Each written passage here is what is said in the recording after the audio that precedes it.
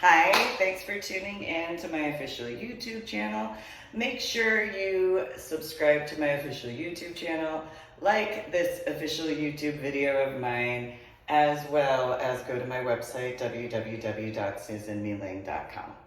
Go check out the stuff I've been working on, and will continue to work on because I've got a few things to take care of. But, you know, during this time frame of 2022, there's a lot of stuff to take care of, kind of update and stuff. And as anybody knows, sometimes laughter is the best medicine. Sometimes. And then there are times where all you can do is just laugh, and that kind of is. However, that just happens to be. So as a forewarning, this particular official YouTube video of mine, it's gonna be a little bit of a borderline. Some aspects of humor, because sometimes laughter is the best medicine. And then there's other times that, you know, that's what you have to get through things, because, well, there's truth behind every joke. And so sometimes you have to have a twisted viewpoint. So I figured my outfit, in regards of, you know, just the culminations of, you know, just all that sort of, would have you might assist in a different capacity. All right, so let's get going, all right? So I have authored a few books. A few books I authored, but also compiled information. And then, you know, there's the difference, of course, between my fact-based books and then my fiction-based books.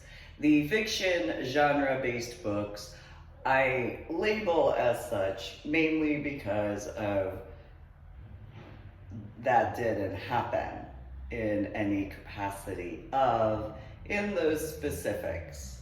Whereas the fact-based books are facts, and that's how it happened.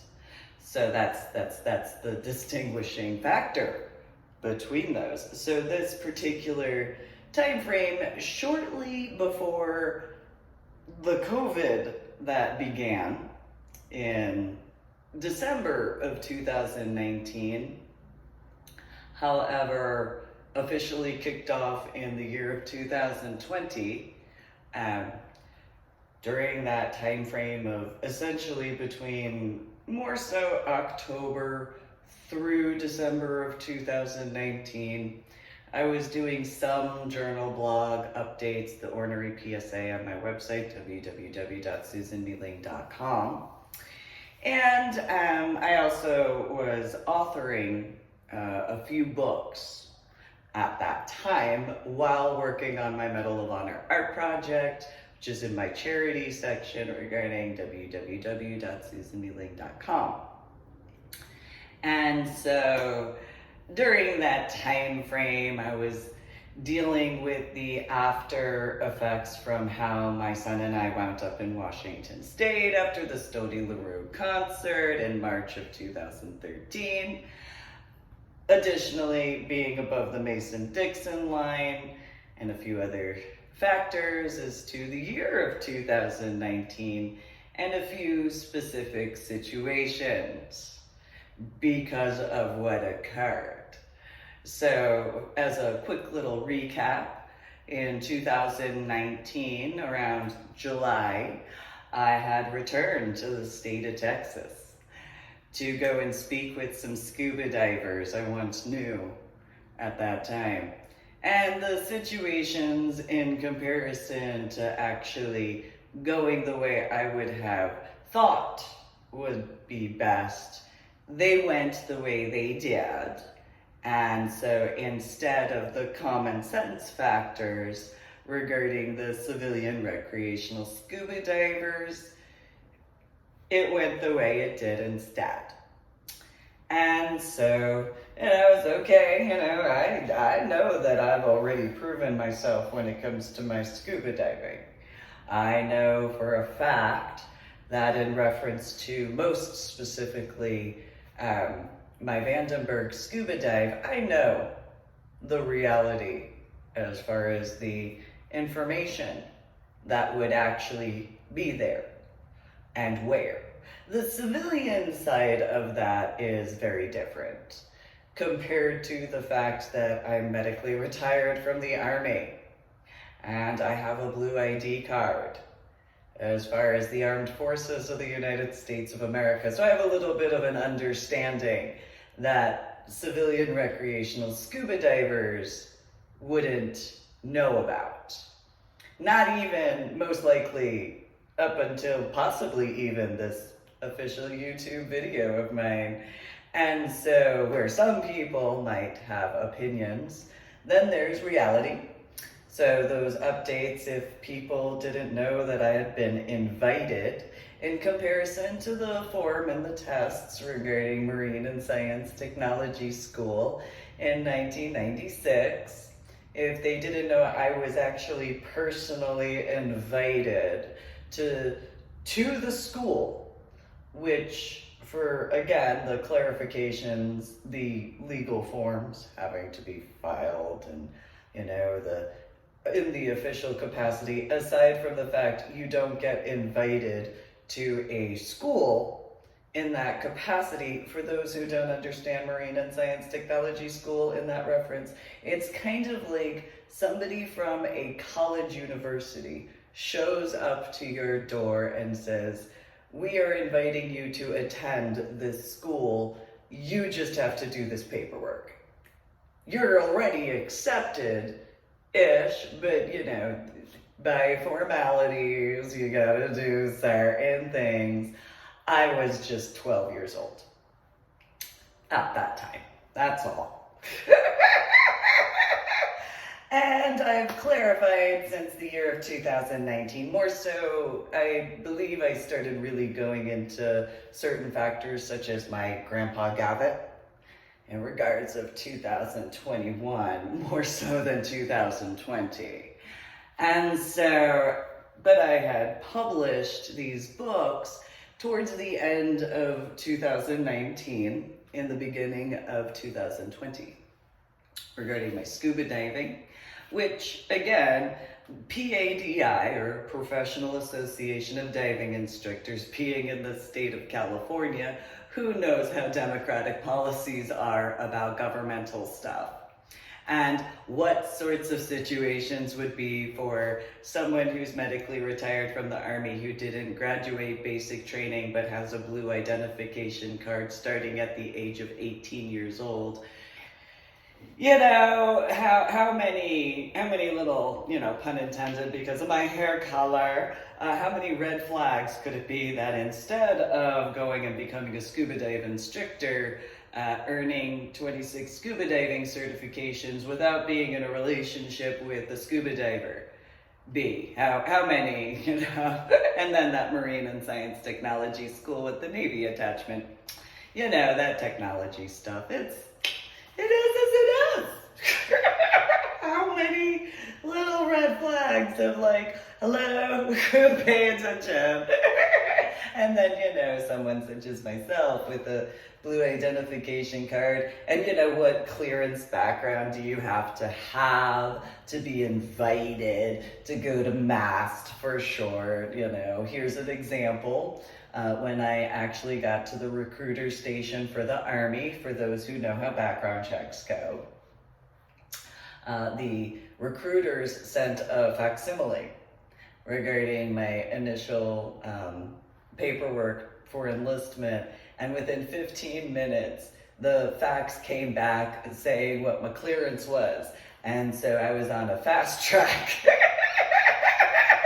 Literally, the paperwork was filed in the beginning of March of 2000, and before the end of March, I was already in basic training.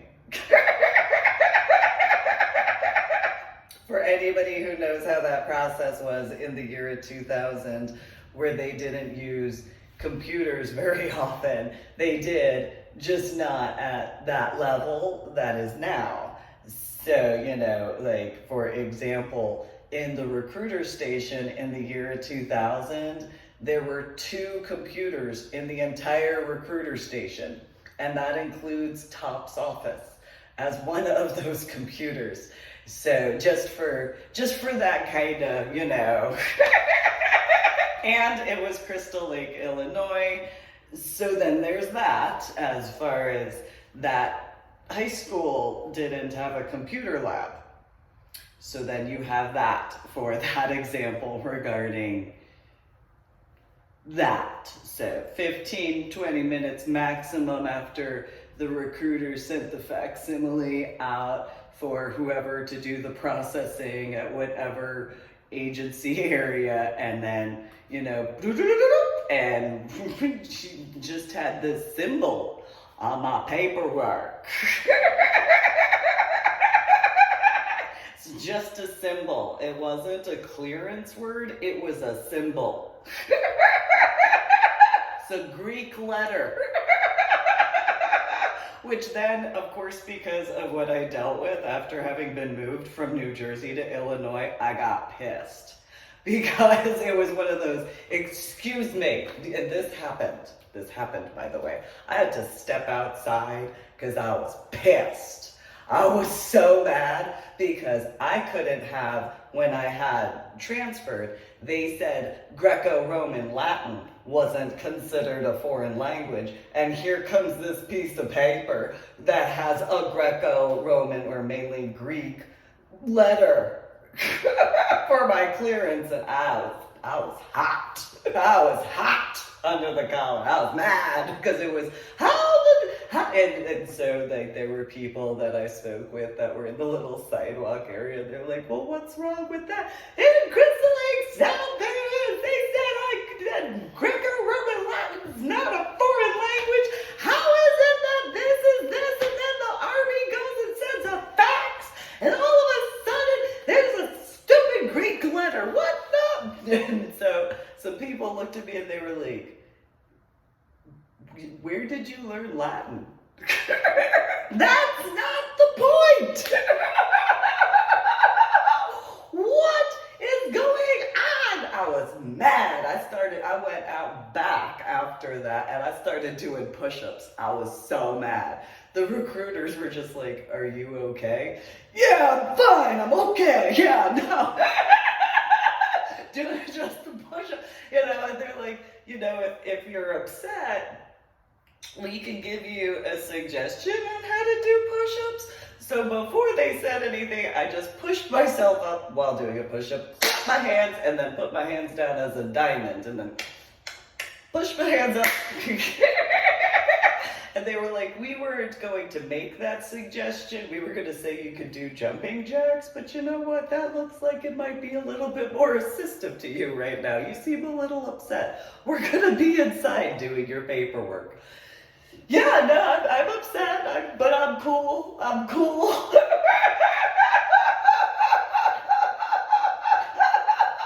I'm cool. I can keep myself calm by, you know, just doing all this physical stuff to, like, stay calm. And they're just like, yeah. Cool. We're gonna go back in the office while you just do those push-ups right there. Yeah, that's fine. Whatever. That's fine. Whatever. Do a few more of those. Stand up, drop down. Do a few more. Stand up, drop down. I was smoking myself till I got tired, and I didn't. I just got more upset, to be honest, because I just kept thinking, because, like, all of the areas, like, I see these rocks, and I'm like, mother son of a, you know, like, you gotta be kidding me. So I, you know, let me do this with it. And so, like, there were people who went behind the area, and they're like, are you upset? What would give you that idea? I'm just doing push-ups. What would make you think I'm angry? We didn't I agree. We said upset. Whatever. Whatever. That's fine. No big deal. I'm breathing. You know, I'm fine. You know, it's just 2.5 years of Latin. No, that's fine. No, that's fine. It's okay. You know, because laughter sometimes is the best medicine, and you know, it is what it is. So, you know, hey, no, that's fine. You know, I'm cool. It's cool. It's cool. It's cool.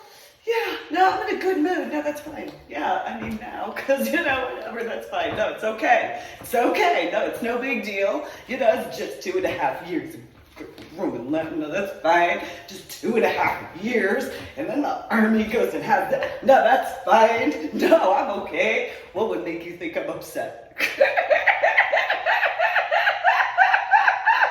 Screw your damn jumping jacks. So, you know, I was a little upset at the high school. Yeah, I was a little upset. You know, I wasn't mad at the army. I was mad at the high school. And my biological mother, my biological father, and my biological sister. I was a little mad. Yeah, just by a lot. And so, you know, but what would that, you know, on top of that, for those who understand that, I earned 26 scuba diving certifications and I didn't graduate basic training. So, you know, that's all. After that invitation amassed for those who, you know, kind of have that, you know, that understanding. And, you know, just that subarachnoid hemorrhage in the frontal lobe of my brain that only had cleared up by the time I started my actual scuba diving for my first scuba diving certification. It hadn't been a full year from that MRI and CAT scan that my subarachnoid hemorrhage had fully dissipated. So, you know, there's that. Yeah, no, that's fine. You know, before earning the total of 26 scuba diving certifications. So yeah, sure. Civilian recreational scuba divers might be like, oh, we could do this recreational thing in comparison to like reality. Yeah, as a hypothetical, because, you know, who guards the coast out where a boat had been sunk, such as the General Hoyt S. Vandenberg, which once was a part of the Navy? Who could ever know anything about it? Sure, it's in international waters. Yeah, okay, that's nice. It still was once a part of the Navy. And who has ever met anybody who has ever said, other than me, yeah, sure, no, yeah, oh, you want to retire a military base? That's cute that you think you do that. That's adorable. Yeah, you work on a retired military base? Aw, you think it's retired? Aw. There's really no such thing. They use that as a word. Yeah. So like every kind of thing, it's kind of a thing. Like, have you ever, this is the best example I can give, okay? You know a fire hydrant? And some of these people, ironically in San Antonio, because like there's Camp Bullis and Kelly Air Force Base. Camp Bullis is an Army base. Kelly Air Force Base, obviously, is an Air Force base. And so in San Antonio, Texas, now known as Military City, USA. Yeah, so you know how Camp Bullis is supposed to be a retired military base? And, you know, some people were like, yes. And I'm like, have you ever seen anybody in uniform on that? And they're like, yeah, okay. So there's this reference of a fire hydrant. And then have you ever seen anybody in a military uniform on Kelly Air Force Base? Yeah, but it's a retired base? Yeah, that's cute. You think it's retired? No, I, you know, and then, you know, have you ever been to Randolph Brooks Air Force Base? Yeah, you know how that's been retired since, yes, it's the 1990s. Oh, are there any military guys on that base? You ever see anybody in a uniform? Uh-huh. So you still think it's retired? Well, that's cute. No, that's fine. That's adorable that you think that's cute. It is. This is back in the year of like 2003, by the way, when it's like, oh, you think that? You think that? Don't you? Really? You genuinely believe that? Oh. Oh, you're just. Oh, you really, you truly believe, like, you genuinely believe this? These people, yes. Why?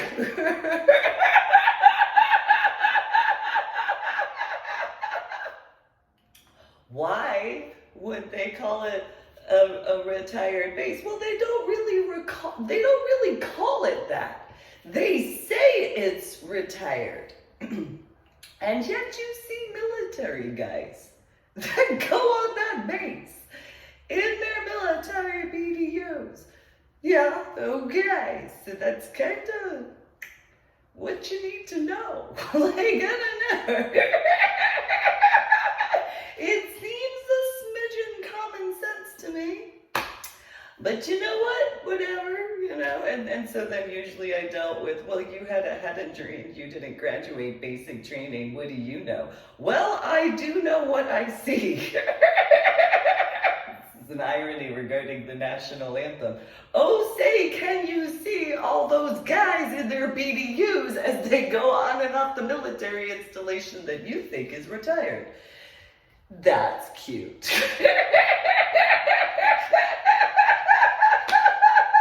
By the dawn's early light. Or at nighttime too, because there's twilight. Do you see what I see? No, you think it's a joke? I don't know. Coming from someone who sees military guys going off of what you call a retired military installation, I don't know. I'm not the smartest crayon in the toolbox. Yeah, you didn't graduate basic training is usually what I was told, and it's like, did you even go to basic training? And 9 times out of 10, no. Oh, okay.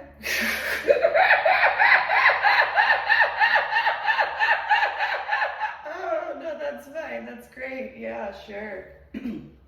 Again, I refer to this fire hydrant. And then, people would ask, well, what does that have to do with anything? So have you ever seen a dog that pissed on a fire hydrant? And they were like, that's kind of crude. No, I'm just saying, like, you take your dog on a walk, back and forth, all that stuff. The dog pees on the fire hydrant. And let's say you go on a different walk for over, several months. What happens when you take that dog right back to that fire hydrant? And they're like, well, usually it gets really aggressive. And it's like, yeah, no kidding. Really, like almost like it's like got this mentality that there's, what would these other whatevers be anywhere near this? And they were like, well, dogs are stupid. Coming from the people who think that the military installations are retired, as you watch the line of vehicles that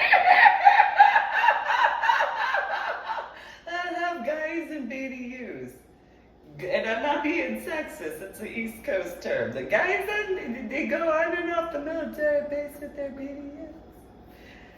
Joe, oh God, no, that's fine. Sure, no, that's fine. And you call me stupid. You see this every day? Yeah, because of whoever worked wherever, it's like, okay, no, that's fine. And I'm going to say even that's a female version of fine. That's fine. Yeah, that's fine. I'll add, my biological mother's term. That's nice that you think that. That's nice. It's nice for you that you think that that's retired. Yeah, no, that's fine. Yeah, I'll mix those two together. That's nice for you to think that. That's fine. Now, in 2022, in 2019, I saw this. It's Military City, USA. So that's cool. No, that's fine. No, that's fine. So it's like a huge circle if you know about. So if you look at the top of a fire hydrant, so you got like the outside ring. That's 1604.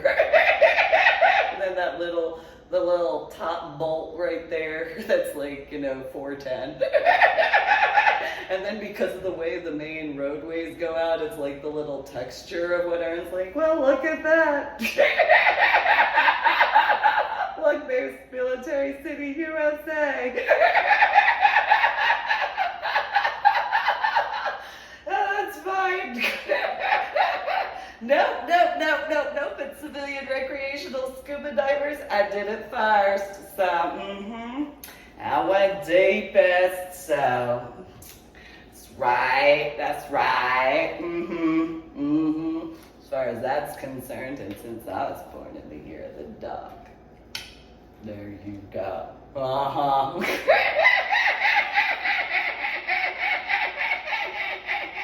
I can make that joke. Anyway, so I was a smidgen upset about seeing this Greek letter on my paper. I was just, you know what? So then when I finally calmed down, mind you, I'm doing push-ups while having, I have to add that, I had cigarettes while I was doing push-ups. So if a cigarette went out, I just put it down, got another pack while I'm just doing one push-up, and it's like, and then just kept it. Those who know about smoking, I kept it in my tape. For those who understand that type of like, grr and rar. So I've got, the filter in between my teeth, and I'm just like, I've got the, I'm angry, I was very upset. Waste my time, 2.5 years.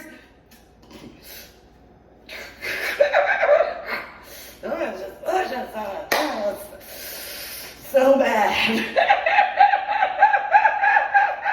For those who understand that.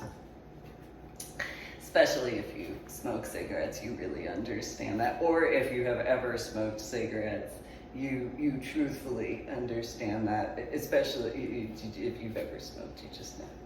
You just know. And I'm not talking about MMJ, I'm talking about actual cigarettes. So it's funny because I grew up in Marlboro Township, so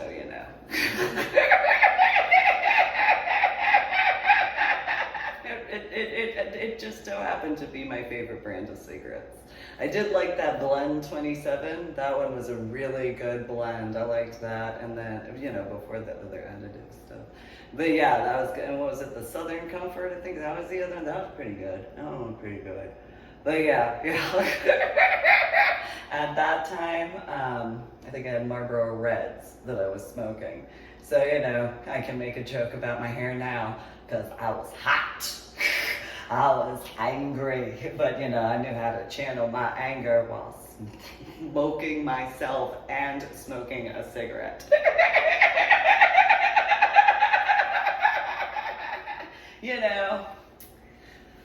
I was just like that as a 17-year-old. How could anybody tell? I was just born and raised in New Jersey. Grew up going to the 5 boroughs in New York City. There's many people who said, I know how people are from New Jersey. I don't know. There were a bunch of people that did this. So I don't know, it seemed like they didn't ever see anybody who was born and raised in New Jersey before, because they went the other direction because they saw me pushing. That's like, whatever, I don't care. I'll do my own thing. It is what it is, I'll go, whatever. So anyway, what red flag, pun intended, could that be 26 scuba diving certifications and then, to go to Cozumel got a passport, so by that time I had earned 23 of my 26 scuba diving certifications, so what could that have been? All. And then whoever I went with, whatever that would be. As far as, that, and then, then out to Boca, which, that I was born and raised in New Jersey, let's be honest on that. And then, and then the Vandenberg. What could ever... But, civilian recreational scuba divers for certain types that, might not have thought about that then in the year 2009. Possibly may not even thought about it in 2019. Maybe not. I don't know. There could even be military guys who could be like, I didn't even think of that part. I don't know. So going in reference to these 3 books, most specifically, that I was working on in the latter part of 2019 and into 2020 in January when I published it. Okay, so in my 3-volume book series, The Adventures of Susan MeeLing, SCUBA Diver Extraordinaire. Again, you can go to my website, www.susanmeeling.com.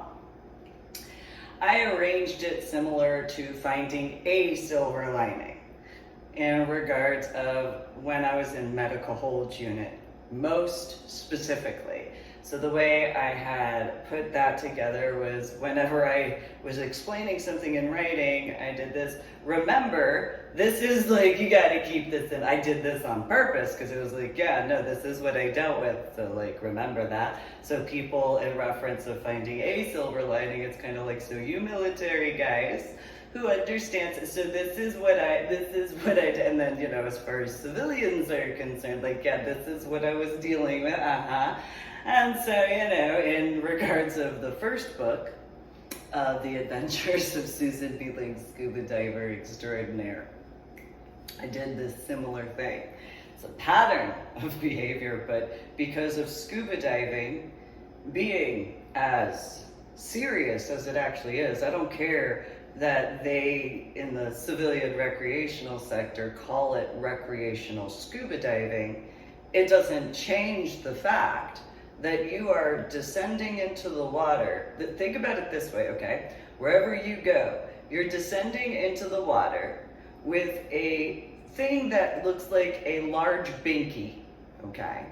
And this large binky that you keep in your mouth, as you have these horse blinders that are suction cupped to your face. Some of these masks are clear on the side, so they're not as horse blindery-ish. However, usually you want the dark around so you can focus, because if you go in like the ocean and stuff like that, the distortion from the water view as far as whatever. So you have these horse blinders that are suction cupped to your face, okay? And you have like this little distance of like maybe 2.5, 3 inches with something that covers your nose, because why would you need to breathe through your nose? You have this binky in your mouth that's called a regulator, and it has this tube. It has a tube. So instead of like on land where you're, breathing through your mouth or your nose, or you got this binky in your mouth that is on average about a 3-foot hose. It takes that length for you to be capable to inhale, and then you just see a few little bubbles that come out in regards of your open water scuba diving certification. And it's attached to this tank that is strapped to your back. Yeah, this is scuba diving in a more blunt sort of way. So you got this binky in your mouth, you got a onesie, maybe a bikini, depending on what type of wetsuit you're wearing. or dry suit, I guess it depends on whatever. And so you got a binky in your mouth, you got a onesie on with whatever bathing suit you're wearing, you got these little booties on your feet with these big old floppy fins, yes you do. You got this BCD on with this however many pound piece of metal strapped to your back, and this 3-foot little-ish hose with the binky in your mouth that's actually a regulator to breathe, while you got these horse blinders on your face. Yeah. And then you go in the water. And you want to like, ooh, please work. Ooh, technology, please work. Because you got to also have this PSI reader of how much air you got left in your tank. And then, how deep you go in the water and stuff like that. And it's like, yeah, why is there specialty insurance for this? And I go put horse blinders on the face, stick a binky in the mouth with a little 3-foot hose. Put some little booties on your feet with these little fins to go swim around. Got the little BCD jacket and stuff like that with your little onesie. Woohoo! And then what's the issue with technology and water? Let's do this for fun. Yeah, no, you could call it recreational scuba diving, you civilians. I have my own style of scuba diving. I'm gonna earn 26 scuba diving certifications. I don't care what you think. As many safe descents, safe scuba dives, and safe ascents as possible. You want to make fun of me for how much gear I got? I had 2 sets of BCDs, just in case.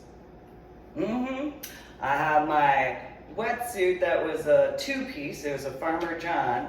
And then I had my booties. I had a spare set of fins along with my actual fins. I had a total of 3 or 4 regulators just in case. Extra hoses. Because you never know. I'm not willing to go out to the ocean and have a malfunction and not be capable to, because I was born and raised in New Jersey. Who's a penny pincher in New Jersey? By the way, I'm half Chinese and I grew up in Marlborough Township. Anybody ever meet somebody who's, a penny pincher in that regard? In that area? In the 1980s and 1990s? Yeah, no, I'd rather have extra gear, because then if you take in consideration whatever it takes to plan a trip to go scuba diving, to go out to the water, and then you get out to the water, and I'll have extra gear, because I know my stuff. Yeah, I got made fun of that. Yeah, that's fine. You make fun of me all you want. I'm alive. And so, you get your little horse blinders on your face and your binky and stuff like that. I got made fun of because I strapped myself with all sorts of scuba knives, had all sorts of safety gear. Didn't learn until later that's pretty much an SSI scuba diver. And that started in regards of after my 3rd scuba diving certification, because I had enough experiences just in that time frame. Remember, I earned 26 scuba diving certifications. Officially, my first certification date is the 1st of March 2009. Officially, my 26th scuba diving certification is in November of 2009, though by technicalities, I completed my 26th scuba diving certification at the end of November, or the end of September, if not the month of October in the very beginning. Regarding 2009, and by official standards, I began my classes regarding my National Geographic open water scuba diving certification in February. So it is still within kinda-ish, that time frame-ish. However, it took 3 scuba diving certification, entire classes before I was like, yeah, so I need some scuba dive knives. Not in regards to those people, they can do that to themselves, that is what it is. I'm talking about what I've seen in the water. I'm not taking any chances. I remember, so this is part of the first book. I grew up going to the Atlantic area of the ocean, not in Boca. No, because Boca has beautiful water that's very, it rolls in and rolls out. And the worst thing you really have to deal with are sharks, in the ocean coming on the closer to the land. That's about it. Take whatever your viewpoint is. That it's just tiger sharks and, maybe a bull shark here and there, maybe a hammerhead or whatever. Yeah, it's just sharks, But other than that, you got the ocean. The ocean waves that are just, they're not really strong. There are no jetties, which jetties, by the way, are which is a funny thing, because back in the 1980s, people actually believed that jetties could slow down the ocean waves, which was like, oh, okay, sure. Is that why? And this is what camp counselors told me during my first summer camp. And I was like, what are these?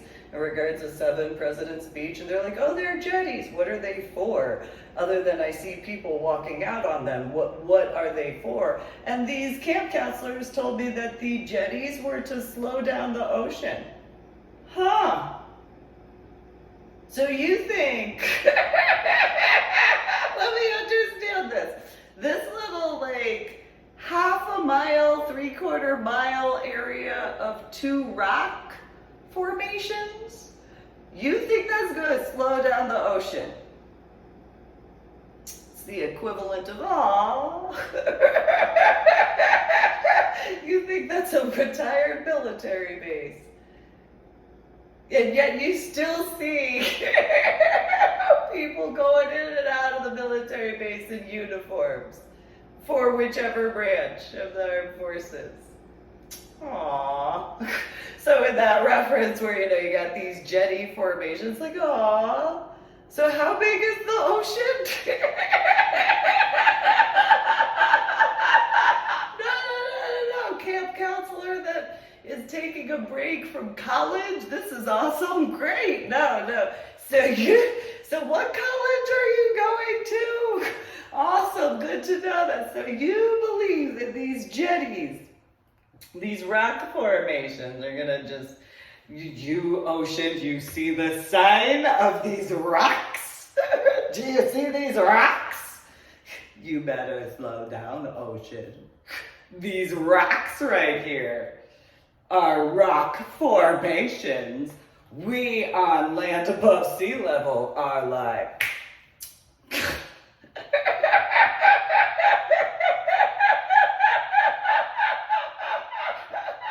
we're going to tell you our opinion that you are strong, and here's some rocks. And yet, in 2022, I went back out to 7 President's Beach, and I saw where those same rock formations that camp counselor told me about, and this is in 1987 or 1988, that was supposed to slow down the ocean. And you know what? Instead of seeing about half a mile to 3/4 of a mile out of these jetty formations, I saw maybe about 15-20 feet. I have a feeling that the ocean in that area was like, that's nice. That's fine. And since it's the Mother Ocean, I believe that is what the physical representation to that is. You think that, back in the 1980s, you think that's, well, isn't that cute? So you think that this is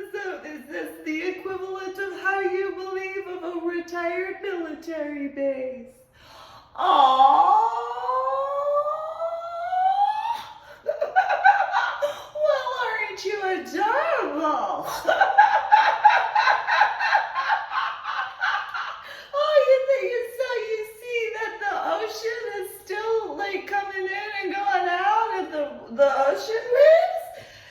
You know what? I think from 1988, 1989 to 2022, I don't think that college student knew what she was talking about. You know, it's just half a mile to 3/4 of a mile out back then that you could see in a high tide. Huh. Yeah, I don't know. I don't think that worked. I have this weird sensation. I don't think that worked out very well for what she said. I'm not the smartest crayon in the toolbox. I didn't graduate basic training. Just going by sight. You know what? I don't think so. No, it's just as strong as I remembered when I was growing up going to the beach. Yeah, so, you know, okay. But you know, in that reference of the first book of the Adventures of Susan MeeLing, SCUBA Diver Extraordinaire, that, you know, as far as the 3-volume series, do please make sure to go to my website, www.susanmeeling.com, and look around my website, and you can go and learn some stuff.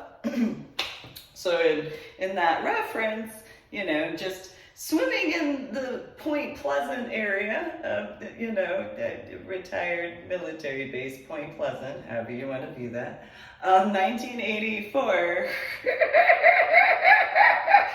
through 1997, and in the interim of around 1987, 1988, additionally to 7 Presidents Beach, each summer about 10 times. Okay, this is where I learned to swim in the ocean, meaning I learned how to swim. That's where I learned how to swim. I didn't, like, okay, sure, my babysitter had a pool in her backyard that was like a 5 or 6 foot pool.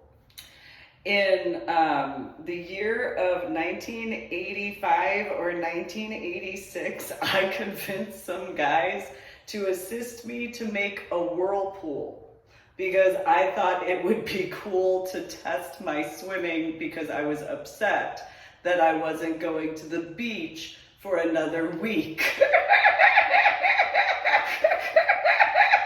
So while my big blood brother sat on the deck of this pool area, Nora, her 2 sons, my neighbor from across the street, and I swam in circles around this octagon-ish shaped pool. And I was like, you guys are moving too slow. So I'd do leapfrog and skip around these guys because they were moving too slow. I wanted the whirlpool to actually move so that way I could actually test my own swimming, because I was throwing a temper tantrum that we didn't go to Point Pleasant that week. How determined and stubborn do you think I was? And in that particular reference, still could possibly be. Hypothetically, just a little, whatever. So at some point in time, the other males, all of them being males, they got out of the water, they sat with my big blood brother who was sitting on the deck, and he's like, she is as she is. If she goes in the water, whatever. And I, being myself, now I'm gonna make it go, because it wasn't going fast enough for me to test my own strength. So I just, for another, 10, 20 minutes, I went and swirled up the water some more, and then started, well, let me see if I could just walk across this particular area of where the Central Vortex is, and my big blood brother was sitting on the deck just,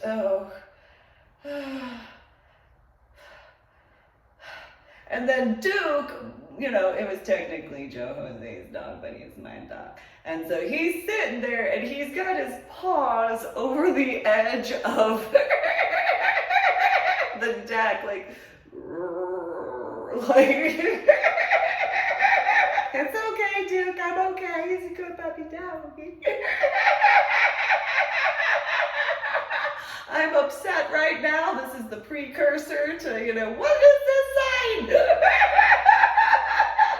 I got sent to what I want to do because, I know about stuff.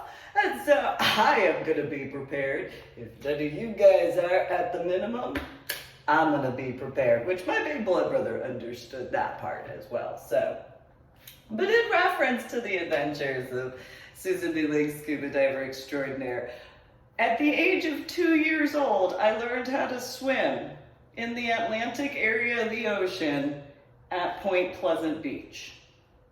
Most people who are born and raised in the overall tri-state area, when they go to the Jersey Shore, the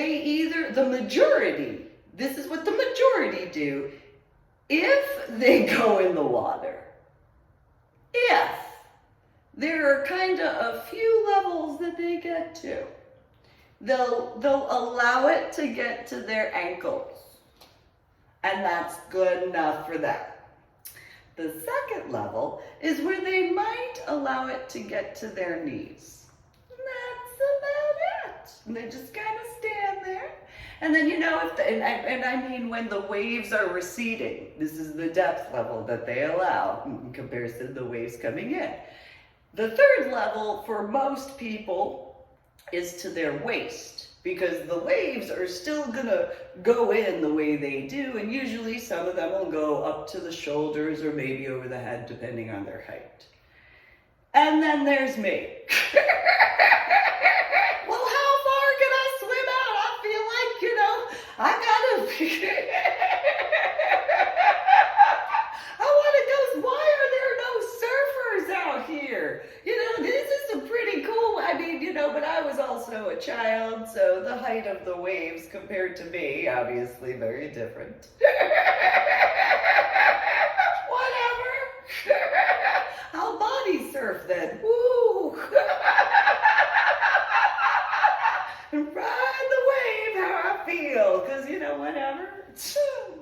Oh, there's a jetty. Damn. Got it. Back pedal.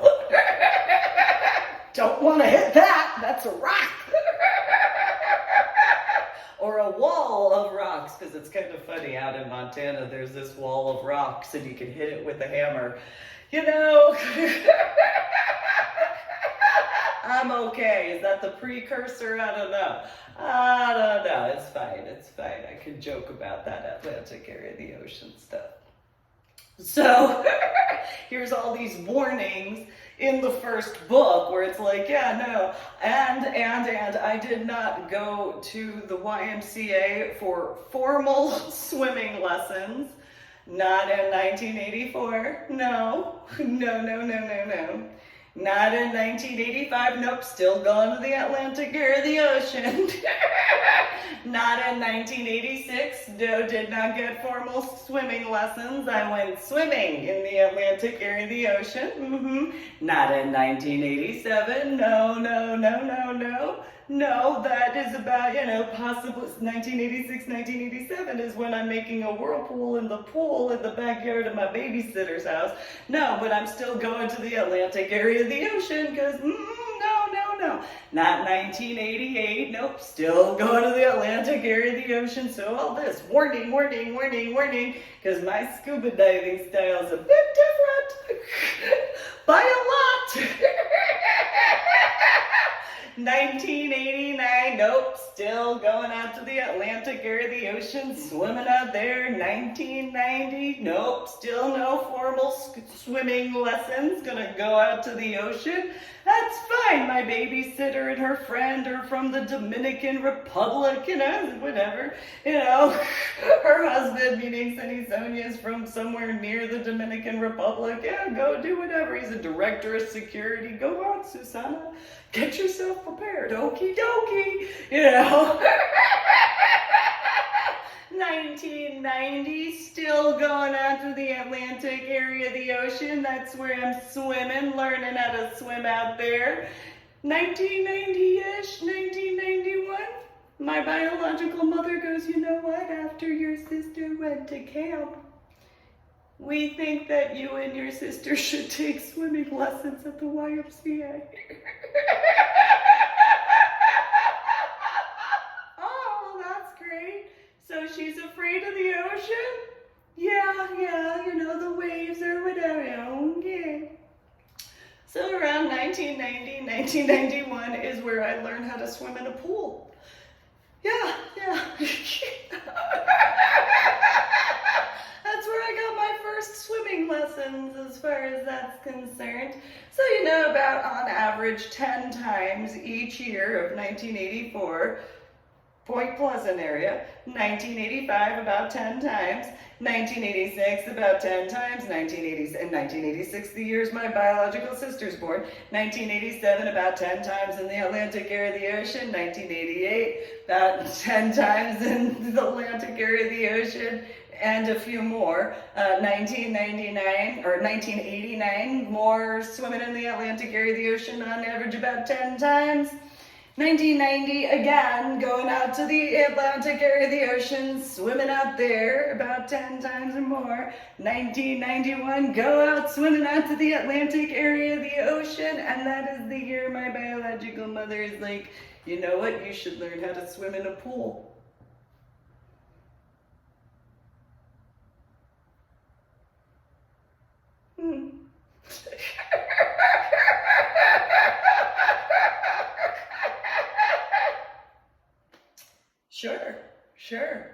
Sure. I think I have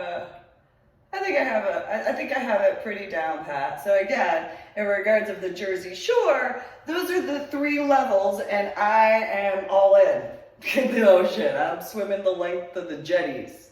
I'm back. Swimming out to the buoys from the jetties and back. No big deal, whatever. But sure, here's a bunch of warnings in regards to the Adventures of Susan MeeLing, SCUBA Diver Extraordinaire, Book 1.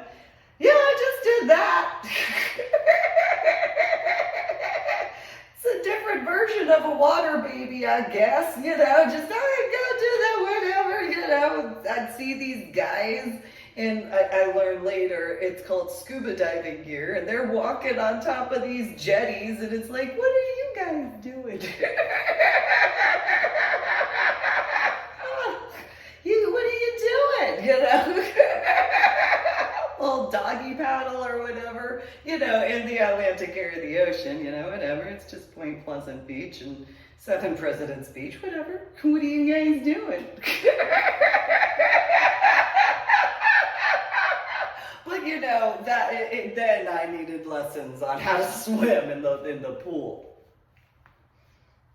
I think I had swimming okay. I think I was cool when it came to swimming. I think I had that. I think I had some experience. But now there's, you know, you've got like 20 feet or so of the jetties in low tide, I guess, and that's what's left. I'm gonna guesstimate the rest is underwater, so you know, well, it is what it is. And so, okay, fine. Whatever, you know, to each their own. Here's warning. So for each of those years up until the, you know, YMCA, okay, so that's warning for each time of going swimming. This is my background, that's not yours, this is my background. So warning. You know, there's more warnings in regards to the first 2 years of my life in the water, you know, going out to the Atlantic. You know, then my first 3 months of scuba diving certifications I earned. Just saying. So if you go over that particular reference that most people go out to the Atlantic area of the ocean, who, you know, go to the Jersey Shore, is usually from June through August. So in that 3-month time frame, yeah, here's a bunch of warnings.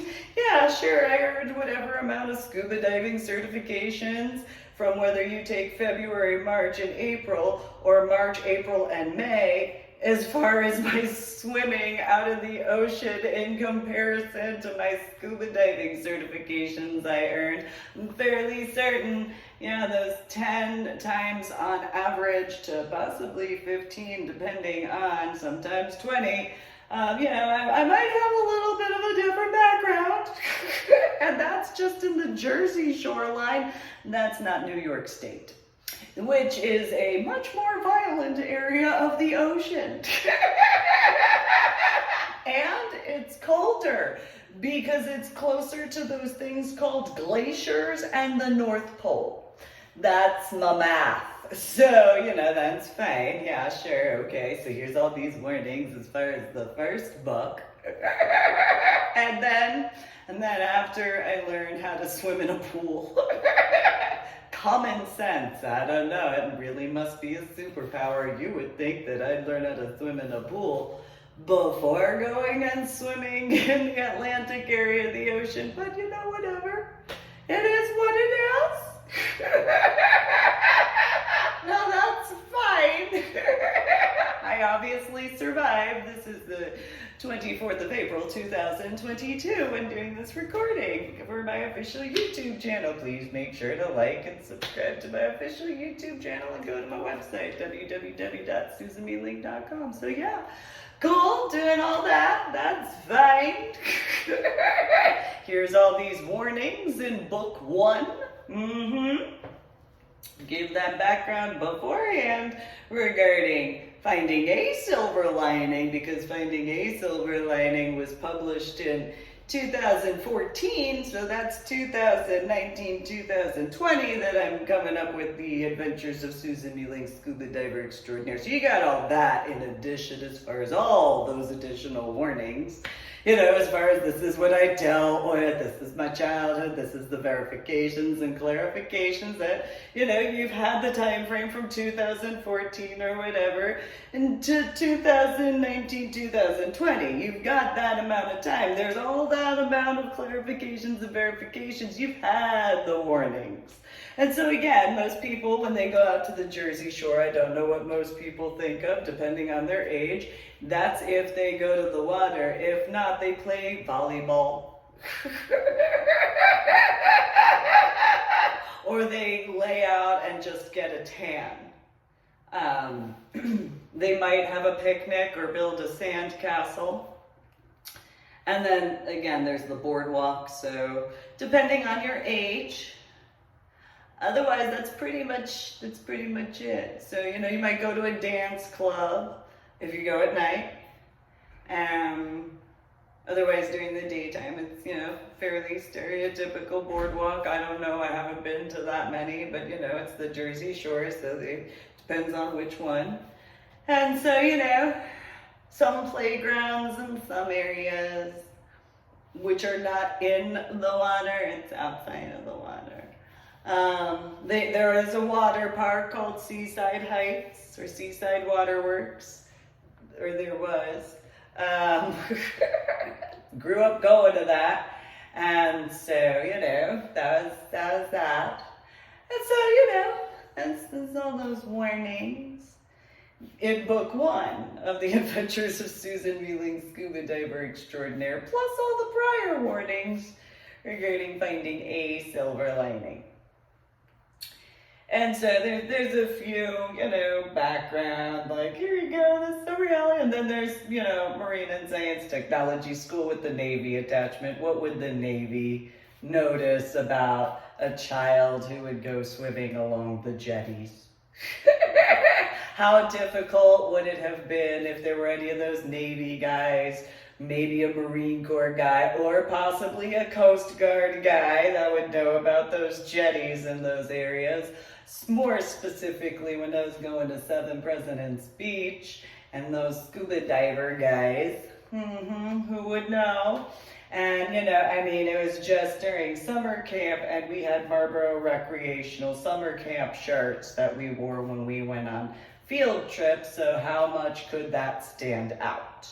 That me going and swimming along the jetties. What are you guys doing? What is that you're carrying? What are you doing? Why should I go back to the shore? You seem interesting. What are you doing? I want to be like you guys. What are you doing? That seems cool. What are you your child, but bring your daughter to work day. What are you doing? What's going on? I can swim too. Look what I can do.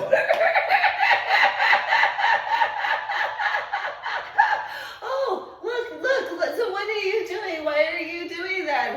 What's that? What are you doing? What are you doing? What are you doing? Anybody, since like COVID and March of 2020, anybody who's got a child or children, you can understand it's no military guys if that's that. Hi, what are you doing? What are you doing? No, I can tell. I'm so right. Look, I can swim in the ocean.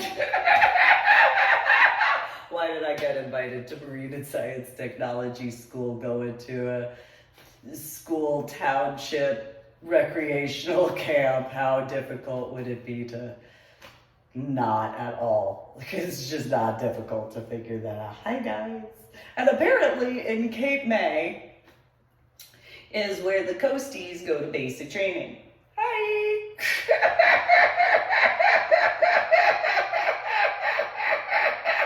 So then I can make a joke real quick in reference to a rescue scuba dive situation where Patty Stewart was like, yeah, go be difficult for this one guy to reel you in. Are you sure? I told you I grew up going out to the Atlantic. I can be stubborn.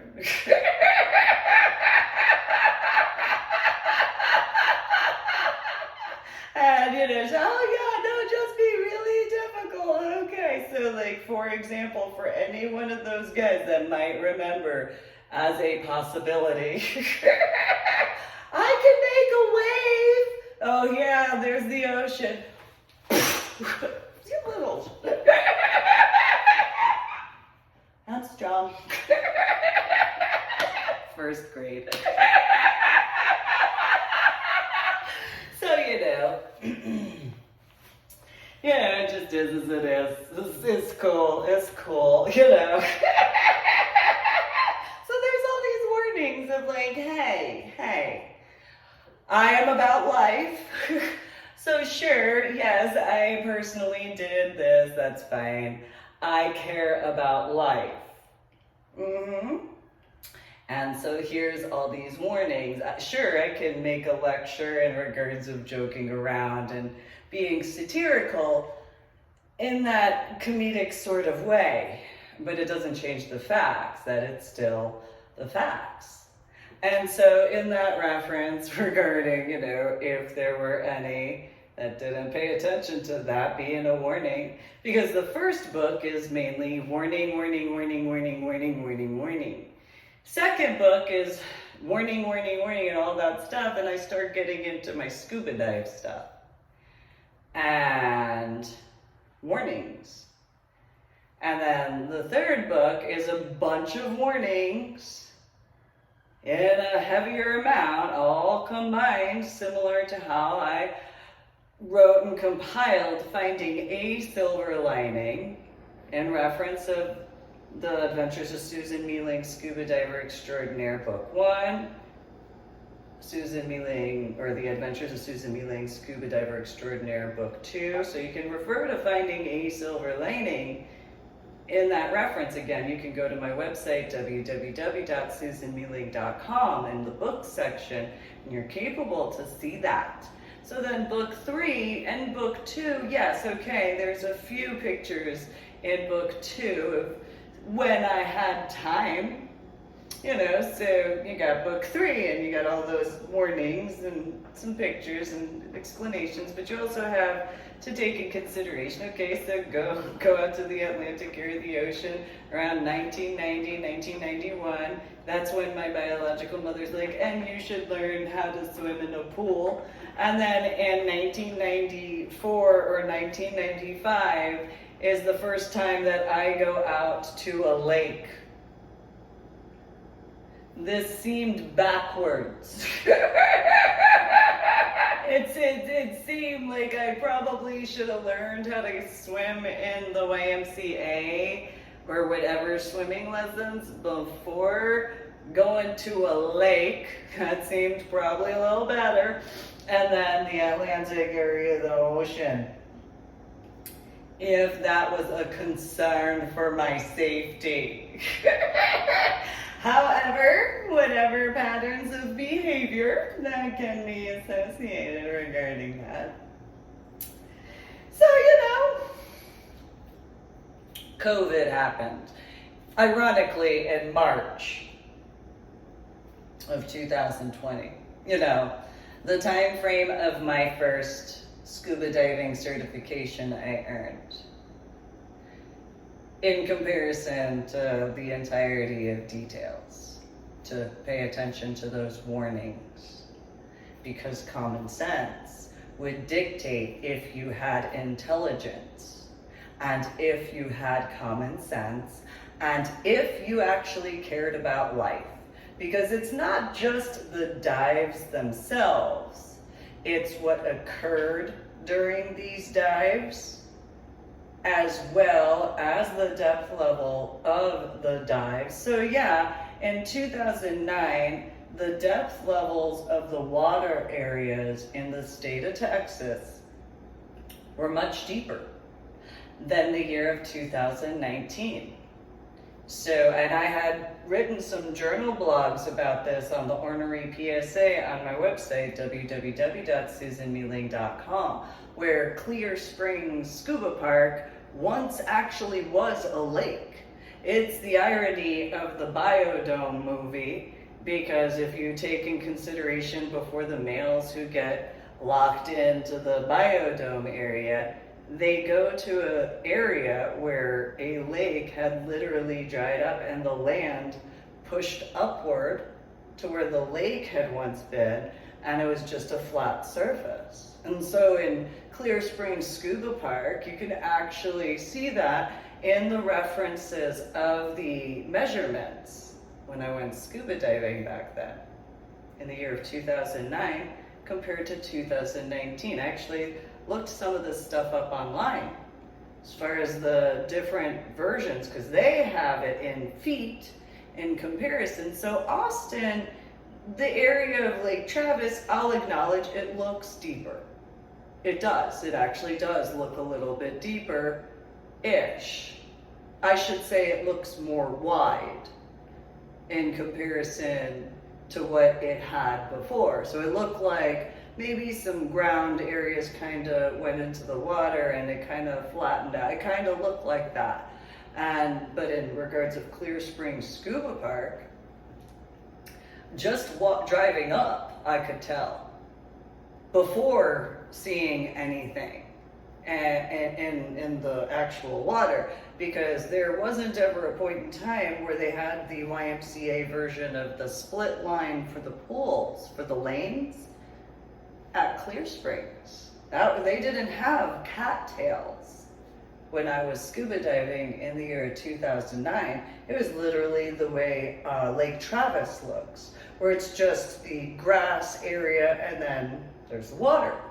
That's it. Maybe a little bit of dirt. That's it. So Clear Springs, it has this area as far as 2019. Took a swim, and because I was as I was in 2009, the width of the water at the surface level from one side of the dock area or whatever, as far as a platform above the water, which is smaller than what was there when I was there in 2009, to the other side, which they didn't even have the pontoon. It was a covered boat that had been on the surface.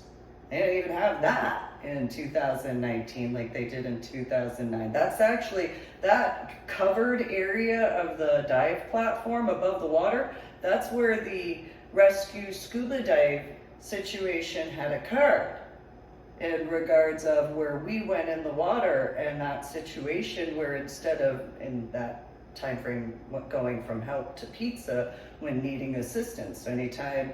And so instead of, help, if you said the word pizza, that was the equivalent because of the situation. And so that became a thing after that. So whenever doing rescue scuba diver stuff, if you were doing whatever, instead of screaming for help, You screamed pizza if you needed actual assistance during that scuba dive stuff, to get, kind of a signal in that reference. And so in those regards, when it came to that, you also have the plane that's behind the area, because there were two areas with two different airplanes. There was one that was a private plane that was sunk in one area, and then there was that one as well. There were two different areas because of the way the platforms were. And so while I don't know what other scuba divers did in their work, I was very adamant about my gear because of having grown up going to the Atlantic area of the ocean. I had informed people I was going to be going out to the Vandenberg. So I needed to have certain training for myself for my work, not in reference to scuba diving in that recreational way. When I say I needed to know my gear, I mean I needed to know my gear, because I know how the oceanic currents can be. So while in Florida, sure, on the surface, it's a fairly soft set of waves that come in, but it's when you go scuba diving, you drop down and you descend into the waters. Well, the ocean, this is a common sense thing. So the oceanic waters up north in the Atlantic area near Maine, essentially through the DC area, but especially in New Jersey, are extremely violent. Well, as you make your way down the east coastline, you have certain pockets where the Atlantic area of the ocean is kind of rawish, and it's usually only during high tide. In comparison to in New Jersey, it could be high tide or low tide. In New York State, it could be high tide or low tide. In New Hampshire, it can be high tide or low tide. Same thing in Maine when it comes to high tide or low tide. Albeit I was informed regarding Maine and New Hampshire in comparison to having the experience of the violence that comes from the Atlantic area of the ocean when it hits the shoreline. Not just the temperature of the oceanic water, but the actual waves themselves when they come crashing in. Same thing with, I think it's Massachusetts and Rhode Island, if I remember correctly. From what I was told from those areas, I hadn't been up in those areas. New York State was the furthest north that I had gone swimming in the Atlantic area of the ocean. It's violent. Unless you have an inlet area where they've done certain underground or underwater sorts of, in comparison to the jetties, okay? And so, or if, like in, I think it's Massachusetts, it kind of looks like those Dutch type of shoes. So yeah, if you go swimming where there's an inlet, yeah, the water waves aren't going to be nearly as violent as comparison to the outer banks of certain areas. Of course, the inlets are going to be softer water as far as the waves. So I grew up with extremely violent waves regarding, then there's my childhood, so that is what it is. Nonetheless, in that reference, knowing that in Florida you have very soft waves, well, it's common sense as you go from the northeast coastline downward, yeah, it's going to soften out by the time of, the Florida area, which is just the surface. Well, where does all of that current strength go? The answer is it goes into the underwater area. So while I dealt with in 2009, these guys were like, oh, you're overly safety conscious, except I know what I've got to do. I have to do what it takes to actually take care of stuff. And so, I dealt with all sorts of whatever. So by the time, going out to Cozumel, well, all of the other scuba divers, not that there were many, the total of 6 other scuba divers in the civilian recreational sort of whatever, I won't say so much with the tour guide in that reference, of course, but the ones that I had been with, the 5 that I had gone with, they didn't have common sense when it came to this area. And I didn't go swimming in the Gulf of Mexico, but that's a soft wave that comes in to the Corpus Christi area.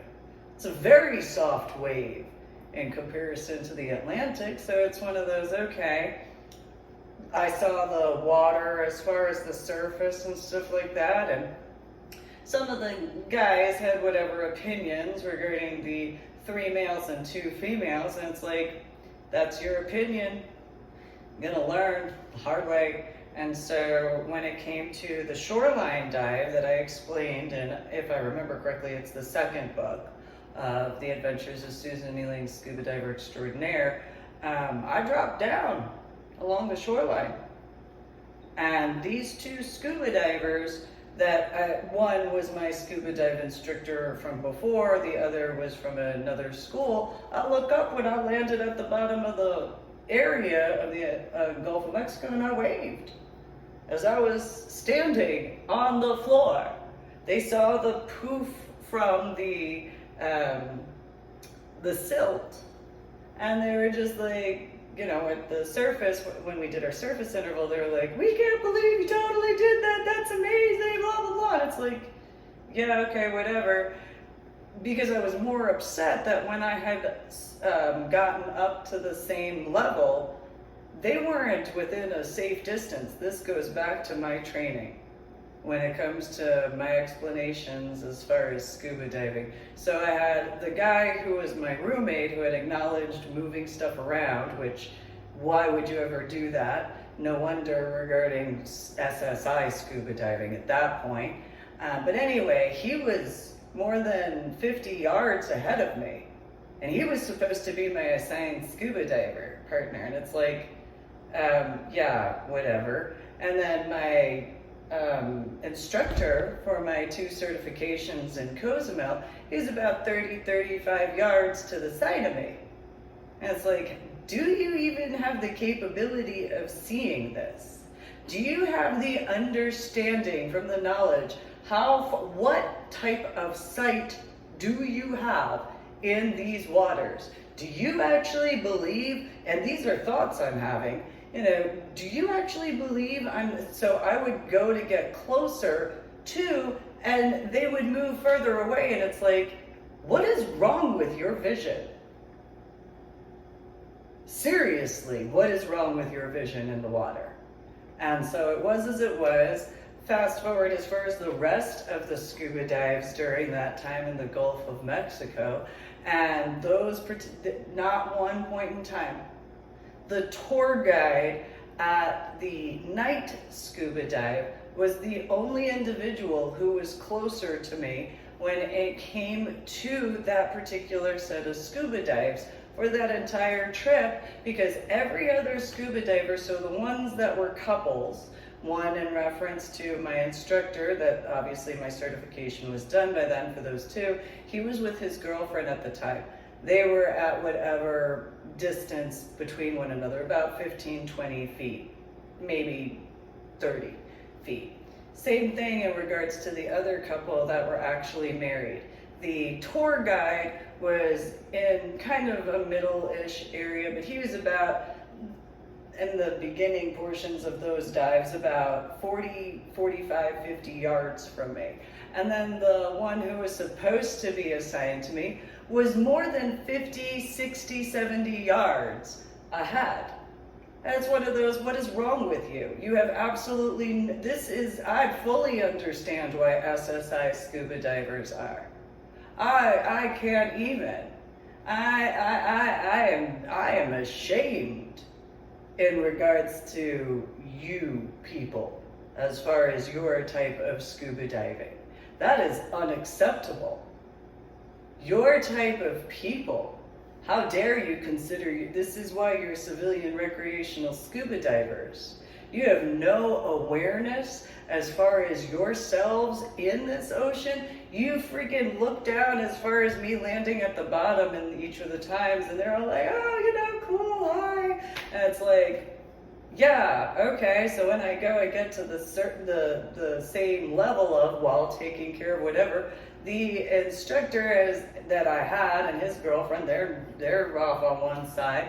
Same thing in regards to the other couple. And then the one that's supposedly my assigned scuba dive partner even has the literal sign of being in the same room regarding the resort, has no earthly idea of any common sense whatsoever to actually be at my side.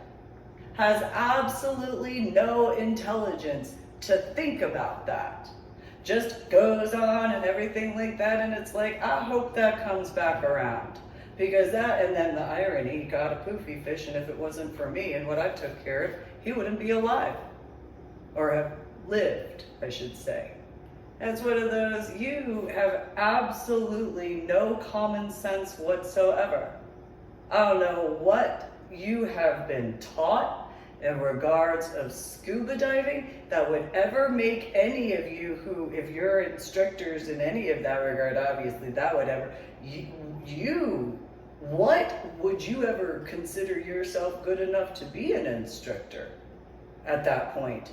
I'm, and then that particular one, having been a part of Scuba Toys, it's one of those, I'm glad I went through international, because at the very minimum, this guy over here, where he's not nearly as far as where in comparison to the other guy, no wonder you go to Scuba Toys, because if you actually took scuba diving seriously, you sure as hell wouldn't be that far ahead. You know for a fact that this is my first oceanic-ish area scuba dive, and you're all the way freaking 50, 60, 70 yards ahead of me? What type of lack of responsibility, lack of common sense do you have? What would make you think that you are responsible in any actual capacity at that point? What is actually lacking in your intelligence to be that level, at that distance, that far ahead? You have absolutely no common sense, human decency, or care or concern for life. Who are you to ever think that you could ever be allowed to be a scuba dive instructor? What is wrong with you to be that far ahead? There is no excuse for that. And the knowledge before we went on that trip that he was my assigned scuba dive partner, the shop that I was going through as far as international, Patty Stewart had gone off on him and told him that he was supposed to be no further than an arm distance from me when it came to my scuba diving, because I had already told her that I was going to land at the bottom of the ocean. As far as Boca, as well as Cozumel, and I already had gone on with multiple scuba dive instructors in reference to landing at the bottom of the ocean when going to the Vandenberg. She, in front of me, went and lit into him. And he threw a little temper tantrum, and he looked over at me. He was like, are you actually? Yeah, no, that's my plan. I'm not playing. Everybody else is trying to say whatever as far as whatever. Each and every one of my instructors thus far have said, oh, well, it's really deep in the ocean. I've already gone on and on and on and on about what I can about my background. So, yeah, I'm actually gonna do this. Talked about it at the QT gas station near International Scuba, and he was all, oh, that's cute, you think you're gonna do that. Yeah, it's cute you think that you have the right to call me cute. Who do you think you are, you machismo, sexist, and chauvinistic, typical male scuba diver, the recreational civilian section? And he thought I was flirting. He thought I was flirting. And then there are people who have known me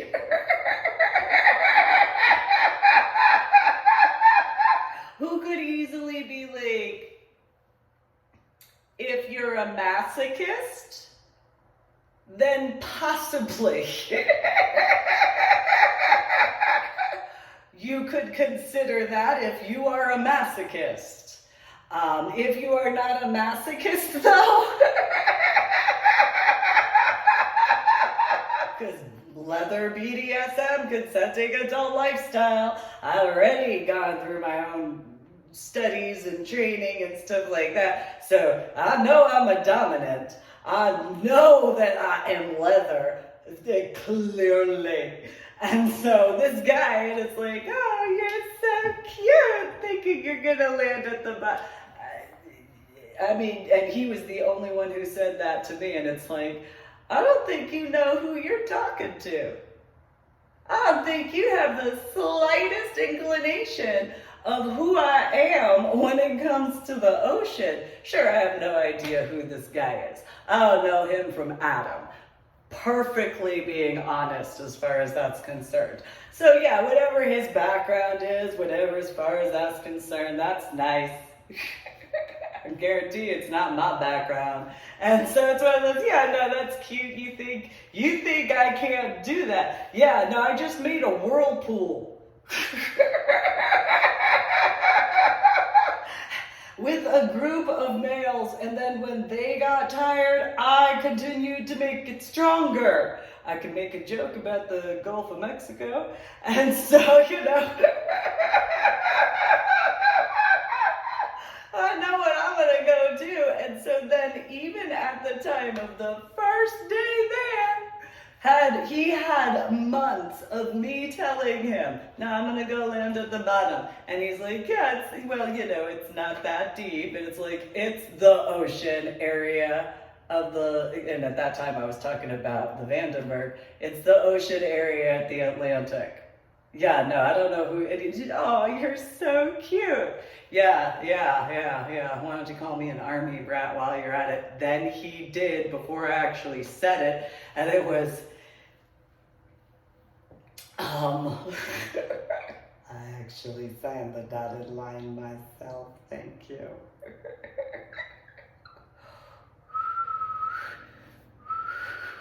I do what I can to remain calm before I just, woo!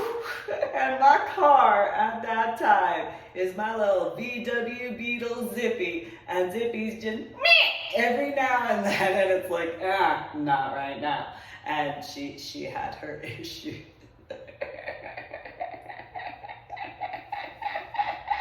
When it came to that one, it's actually kind of funny because he had a yellow onesie and Zippy was yellow. So, she had a little bit of an attitude when it came to certain things that he would say and stuff like that. I don't know if you'd remember that or not, but when at the QT station, every now and then, and it's like, not right now. And he just, what are you doing?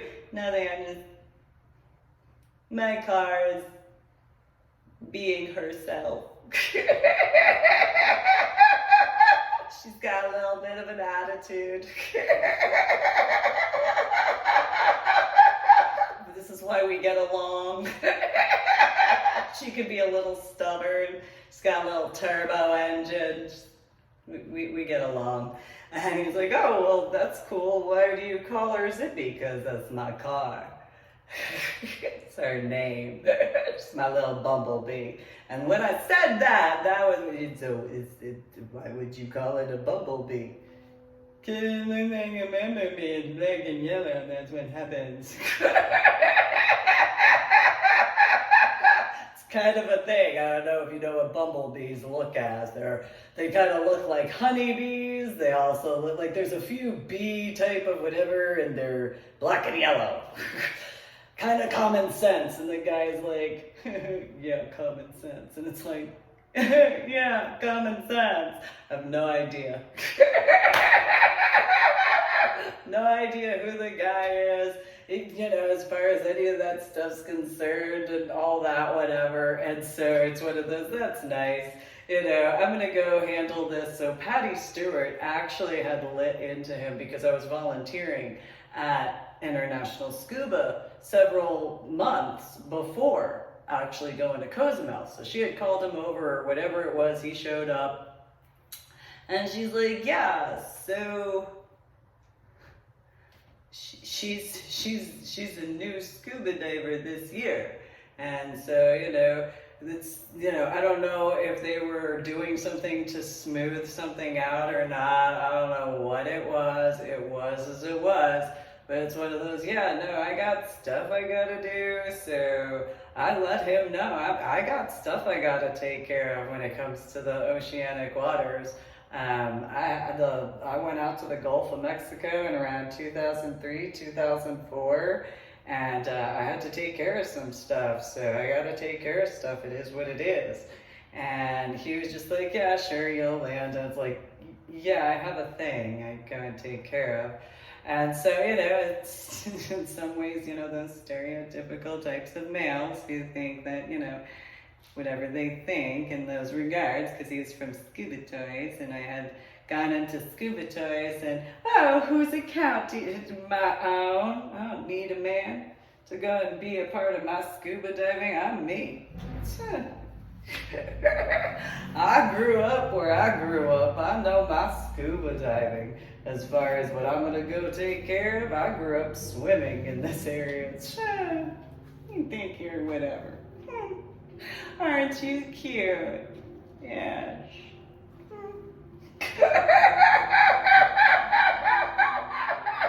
So it was as it was, and it's one of those, but there was absolutely no responsibility as far as that particular male, and it's like, are you a trust fund baby type? Did your mommy and daddy, I didn't do this before going to Cozumel, though my biological father would not be surprised as far as my thoughts at that point. It's like, are you a trust fund baby? Are you one of those that when you were a teenager, your mommy and daddy bought you a BMW and you threw a fit because it wasn't a Mercedes? Are you one of those?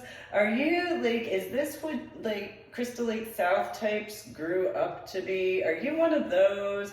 Are you one of those types of trust fund babies where you're I wanted a Mercedes 350 when you had the nerve to go and get me a BMW? What's wrong with you? It's no, you seem like that type with the way you just trying to tell me what you think your opinion is of me, and I'll show you. And then, at that point it was, well, what's medically retired? Medically retired means medically retired. That's all you need to know. And the guy was just like, I'd like to know what it means. I'm I didn't graduate basic training. That's what you need to know. And he was like, so if you didn't graduate basic training, why are you medically retired? That's the term. And the guy was like, well, I want to know. Well, now you know what it is to want. And so then it was, well, I have a right. No, you don't actually. No, you don't. You don't actually have a right to know. And so, there was a bit back and forth. And so one of the other scuba divers from International, they had come into the parking lot, and they were like, oh, hi, oh. And I was like, what'd I do? And the guy was like, it's not you, Susan. It's not you at all. It's okay. What's going on? Da, da, da, da. And it's like, oh, I guess they were talking about you. Oh. And so it is what it is. And so it was as it was. And it's just so. But there wasn't a point in time in the oceanic area of the Gulf of Mexico that he was within. The closest distance was literally 50 to 55 yards away. And it's like, why would you ever talk down to me about my scuba diving? I mean, maybe it's because he's accustomed to Clear Springs Scuba Park, and he thinks that that's the same in comparison to the Gulf of Mexico. I don't know. I guess maybe that's what the issue was back then. But, I grew up going out to the Atlantic. And so it was as it was. And so in 2019, it's one of those, okay, well, I'm going to make these attempts. And instead, well, you can go read my journal blog, The Ornery PSA, my website, www.susanmeeling.com, about those times in regards of scuba diving. I have it broken down in sections that you can go and click on those links to be capable to read in regards to the year 2020 and 2021. And so it's one of those, well, you know, if you want to be arrogant, that's going to be your downfall, because I'm the one that's doing everything I can to actually whatever, because of knowing the aspects of, I knew about having been invited, me being invited to Marine and Science Technology School with the Navy attachment. I know my childhood, I know my background. I know that, okay, fine, I didn't graduate basic training. Well, last I checked, the Army doesn't have as much to do with the ocean in the way that Marines and or Navy, as far as Marine and Science Technology schools, such as marine biology, in that particular additional reference regarding my childhood and teenage years. Fairly certain that the Army might have some scientists, but they're probably doctors and compared to marine biologists. So, you know, I had a little bit of a background in those references on top of the going to Governor Christine Todd Whitman's office because of my oceanic poster. So it's one of those, yeah, I think I know a little bit more about the difference between the Army and the Marine Corps and the Navy and the Coast Guard. I have a bit of an idea. Maybe, but sure, what does the Army have anything to do with the oceanic waters of the Atlantic area of the ocean? They might have a training facility and a base along the East Coast state in comparison to, I don't know, the Coast Guard. I mean, it's just the East Coast shoreline. And, you know, that's all I mean, what would Coast Guard guys know about New Jersey shoreline? What would the Navy know about the East Coast shoreline? What would the Marine Corps know about the East Coast shoreline? And most likely, as far as the Army and the Air Force, well, okay, the Air Force goes to basic training at Lackland Air Force Base, where there's no oceanic water nearby, in comparison to the Coasties, Marines, and Navy as far as flying is concerned. And then, you know, as far as the Army, again, sure, possibly, but most likely only people who were born and raised in New Jersey or moved to New Jersey in reference to high school and or college have that knowledge as far as how the Atlantic area of the ocean is as to the difference of the water compared to the Gulf of Mexico. And so, you know, it's just one of those common sense sort of factors. But that guy was as he was, and it's like, all right, so then I did go into these details as far as if anyone was like, who's the guy as far as Cozumel or whatever as far as that's concerned. Well, that's Jeff Waters' friend from what I was informed. And that particular aspect of from International Scuba. He said he was with Scuba Toys. And then those particular references regarding 2019, Bremerton Naval Shipyard, as far as that's concerned.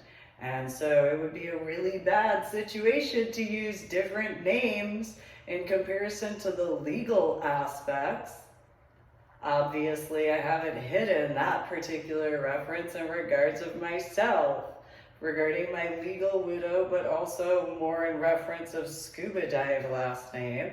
And so, fine, but there is that fact that I haven't hidden that. There is no excuse in any capacity in scuba diving to ever use a different name other than your legal name. There is, especially when it comes to on trips. That type of stuff is beyond a difference in regards of what's supposed to be considered as consenting adult lifestyle, because at that particular point in time, why would you ever consider yourself good enough to be an instructor if he even was? And if he wasn't, it's one of those, what does that let you know about recreational scuba divers in those references? Why would there be the need for scuba diving law enforcement? What would be important about that? So in that reference of after I went to Boca as well as the Vandenberg, what does that say as far as that temper tantrum regarding after I had returned with my son, my daughter, after Florida? What does that let you know as far as how that male ran off, threw a temper tantrum in that whole situation? Because that's unacceptable. What are you going to do? At some point in time later be like, well, actually, my name is this. And what do you expect at that point? Because what level of trust would there actually be when you take that in consideration? This is why the 10 Commandments are so much more important when you get into scuba diving aspects. I mean, it's important in a generalized way, but it's extremely important as far as the water is concerned. And then what type of multiple personality disorder would that actually be to actually do that in comparison?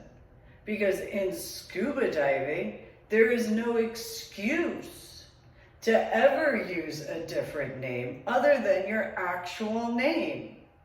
You are supposed to, in that reference, be like, yeah, no, the actual first name, but you can go into nickname stuff, but you give that explanation in comparison to having the big key in your mouth on land, in my opinion. Because it's one of those, what level of responsibility would that translate to regarding my scuba dive instructor if he knew that as far as that's concerned? What does that say in reference to other factors? I had a female in the year of 2020 who told me that she had gone with a guy who just let her put scuba dive gear on and drop in the water. And it's like, you didn't go through any training at all? And, it didn't seem like it was that big of a deal. And it's one of those, no, that's a huge deal. You have no idea as far as the health concerns that can actually happen. There are so many situations if you don't know what you're doing. And so, as far as scuba dive instructors, especially in that ignorant sort of way, it reiterates everything that I dealt with in regards of people who I discussed in person, face-to-face in person, regarding the state of Texas from 2000 through 2012, where people threw temper tantrums because I repeated myself. And the same if in reference to finding a silver lining, if the ignorance in that reference as well, it's one of those, I do things because I have a method, because I know better. And so while some people might not have the common sense as far as that's concerned, what is the difference between my scuba diving as to my entire background compared to those people? What would my scuba diving, when going through that, be more aligned and more akin to in comparison to that civilian recreational scuba diver stuff?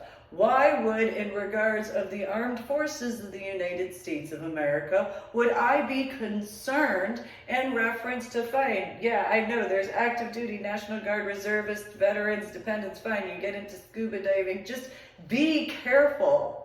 Because, special acts in regards to active duty, National Guard, and reservists and veterans, what do you recognize about the repetition in reference to, having seen in regards of Adventures of Susan MeeLing, SCUBA Diver Extraordinaire, Volume 1, Volume 2, and Volume 3? What does that remind you as far as certain types of guys?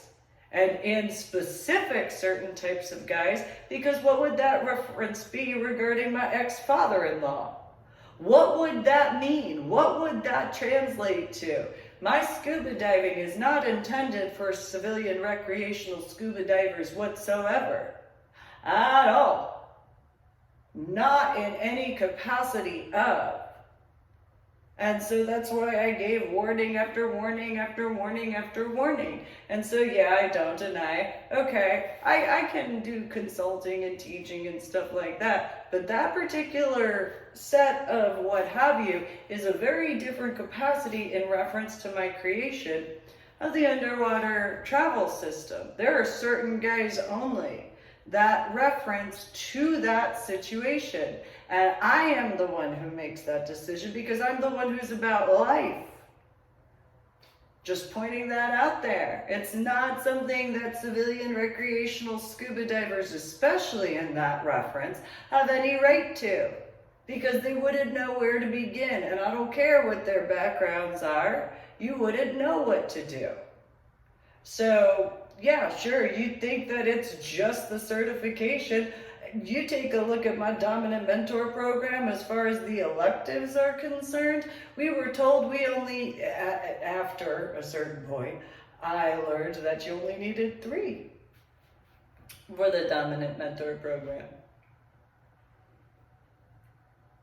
Well, I earned, I think it was like 13 or 15 electives.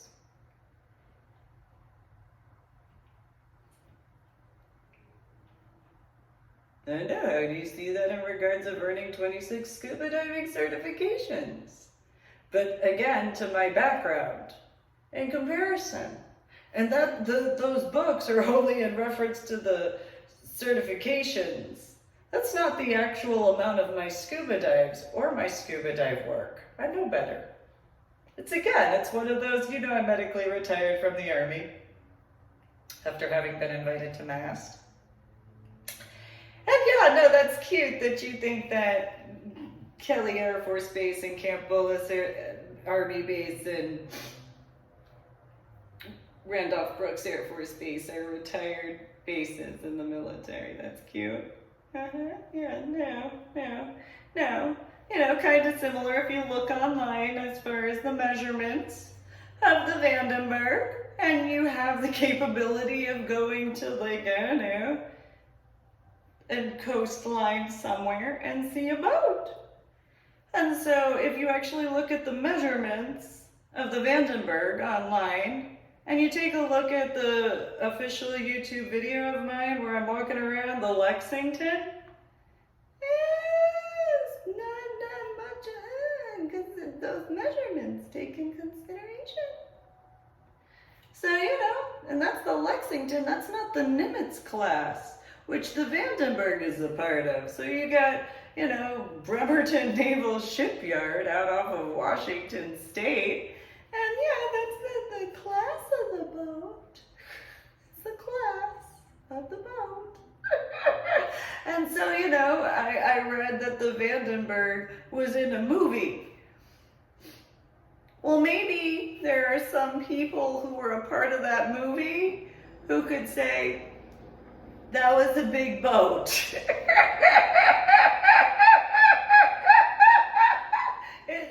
They could possibly even go out to see the Nimitz and be like, "Aw, oh, that's so cute." Aw,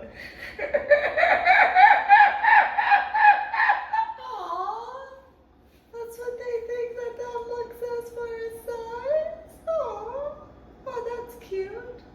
That's so little. That's cute. Because of course they kind of have to walk around in the area and stuff like, aww, that's so cute. Look at that, look, oh, the hull of the ship is what? Oh, you think this is medically retired? Aww.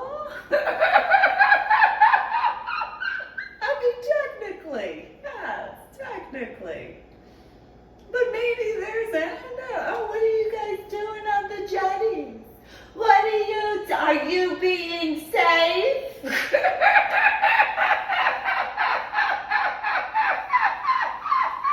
I can joke. But so, it's one of those, this is my background, these are warnings. This isn't a joke. I can discuss things with a lighthearted sort of view, because in certain references of what I've personally dealt with. And so some guys, okay, I'm a biological female, but there are some guys that have this understanding that sometimes the only way to explain certain things is to kind of lighten it up because it's a little heavy. There's kind of a few details you might want to take in consideration. So if you need it in a less funny, sarcastic way, let me do it that way for you in a brief. Okay? I was born and raised in New Jersey. And each year from the year of 1984 through 1997, I went out and swam from the shoreline of the New Jersey shore along jetties out to the buoys and back in different times of the year, mainly from 1987 through 1997, a minimum of 10 times a year. I also went out to the state of New York and had swam in a similar way. Out, despite wouldn't matter whether it was high tide, low tide, and or in the interim time frame of those oceanic waves during that set of time. I grew up going to a babysitter's house who had a pool in the backyard that I actually had turned the water into an actual whirlpool that you could see when I got out of the water and stood on the deck where the swirling was capable to be seen. Before I went swimming in a lake, which was after more than 5 or 6 years of going out to the Atlantic area of the ocean, a minimum of 10 times in a 3-month time frame, that would be when I had been taught the form aspects of swimming through the YMCA, which was about 4 or 5 years of more swimming in the oceanic waters along the Atlantic area, the coastline, before I went out to lakes to swim there. And I dealt with certain factors because I could see them and took care of them. Before my head injury on Palm Sunday in 2000, which was after I had been invited to Marine and Science Technology School with the Navy attachment, completed my ASVAB with the score of a 93. Just in reference to the ASVAB portion, there's also the essay format of 3 pages at front and back, as well as the 3 different interviews with the head dean or director of the board, however it goes, because there were 3 different interviews and the final one was a one-on-one. After my biological mother and biological father were briefed, before I had completed the ASVAB test. Then in the year of 2000, I officially went to basic training in the Army, where I had a head injury on Palm Sunday in 2000. I was in a coma for a while, woke up from the head injury on Palm Sunday in 2000 with a subarachnoid hemorrhage in the frontal lobe of my brain, which took 8.5 years to fully dissipate out from the MRI and CAT scans, which the following year in 2009, I had begun earning my 26 scuba diving certifications because I had read about how the scuba diving could assist headache pain, but since I had remembered certain things when I went to the Gulf of Mexico in the year of 2003 and 2004 because of an instant memory and a few other factors because of the oceanic water that spills in from the canal-ish area between the Florida Keys and the islandish area out there that creates the Gulf of Mexico, and was reminded of a few things instantaneously. When it became the time of 2009, I earned 26 scuba diving certifications. By the time I earned 23 of those 26 scuba diving certifications, I landed at the bottom of the Aquarina hot springs at what that depth level was back then, did energetic work to assist healing as well as revive different endangered species so that way they could be taken off those particular lists, so that way there could be the thriving of life, while also doing so in reference to Lake Travis Clear Springs Scuba Park, the Kingdom area, as well as the quarry. All before going to the Gulf of Mexico, out from Cozumel, landing at the bottom of the Gulf of Mexico area of the oceanic waters. Each and every scuba dive that I had done out there, as you can see from my scuba diving pictures, from when I actually had the time to be capable to actually take those pictures. Then, later in that year, after I had saved the assigned scuba dive partner's life because he decided to catch a poofy fish, and I needed to do it while he was in the water because of the way a baby poofy fish venom actually is, I was the one who allowed him to live and get to the surface safely to then be capable to take care of the rest of the stuff that was concerned because of the fact he caught a baby poofy fish. And while this individual made whatever choices he had made, I had done the best I could in regards of several other factors to ensure life, because I'm actually about life in the correct capacities. Then, after a certain point in time, I went out to the state of Georgia with my son, my daughter, and my niece, which it was known that I was going to go scuba diving because I had business that I had to handle and take care of. Because it is the East Coast line, and I had already explained certain things in my book, Finding a Silver Lining. Again, you can go to my website, www.susanmeeling.com. And you can look at the book section, as well as my journal blog, The Ornery PSA. So after the time frame in Georgia, and then out to Boca, did all sorts of stuff out there, went out to the oceanic waters of the Atlantic area of the ocean every day that we were there. A minimum of one different beach, usually 2 beaches per day, while we were out in Florida, and while my son, my daughter, and my niece thought that they were having fun, and yes, they were. They thought that all I was doing was standing there. In comparison to what I was personally taking care of before going scuba diving, as well as after going scuba diving out from Boca Raton, where I landed at the bottom of the ocean twice with a professional underwater photographer, found some underwater forming volcanoes, among a few other situations in regards of that particular area, handled business during both of those scuba dives, made sure that he and I were capable to descend safely, scuba dive safely, ascend safely, and get to the boat, both times, safely. Then, in reference to going out to the Florida Keys, landed at the bottom of the ocean where the Vandenberg is after the actual area of the keel, because the bottom of the ocean is not where the keel of the Vandenberg is, also known as the USS or USNS General Hoyt S. Vandenberg. Handled business while I was down there, and when I had the time, I took some pictures.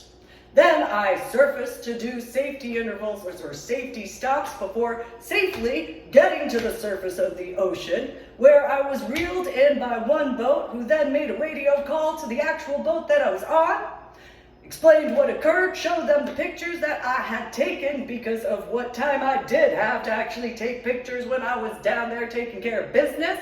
And then I was reeled into the boat that I actually went out from the Florida Keys out to where the Vandenberg was sunk to, and spoke with those individuals, showed them the pictures, had a thing of juicy juice, went to snorkel, waited for my assigned scuba dive partner. When that individual finally got onto the boat, I educated that individual. He went and cried during the safety interval time frame, surface interval time frame, what have you. I smoked a few cigarettes, and then when it came time to go actually drop back down, I only got to 65 atmospheric measurements with that individual, who knew to stay no further than my one arm length distance from my fingertips to his shoulder during that entire scuba dive before we safely went to a safety stop, ascended, got back on the boat, and returned to Shoreline. The rest of that particular week took my son, my daughter, and my niece out to the Atlantic area of the ocean some more, which that was, of course, the Vandenberg scuba dive after having gone to a dolphin excursion, which during that particular dolphin excursion, while my son, my daughter, my niece, and that particular boat captain enjoyed themselves, it was known that I had dove into the water doing a free dive and handling business, which is what my daughter was laughing at because she actually saw her mom handle business. So instead, I do what I can to actually lighten things up in comparison, because then when I returned back and dealt with my ex-in-laws being as they were, and that Alabama stop and trip back to the state of Texas and all that, that's what I dealt with regarding the civilian recreational scuba dive sector.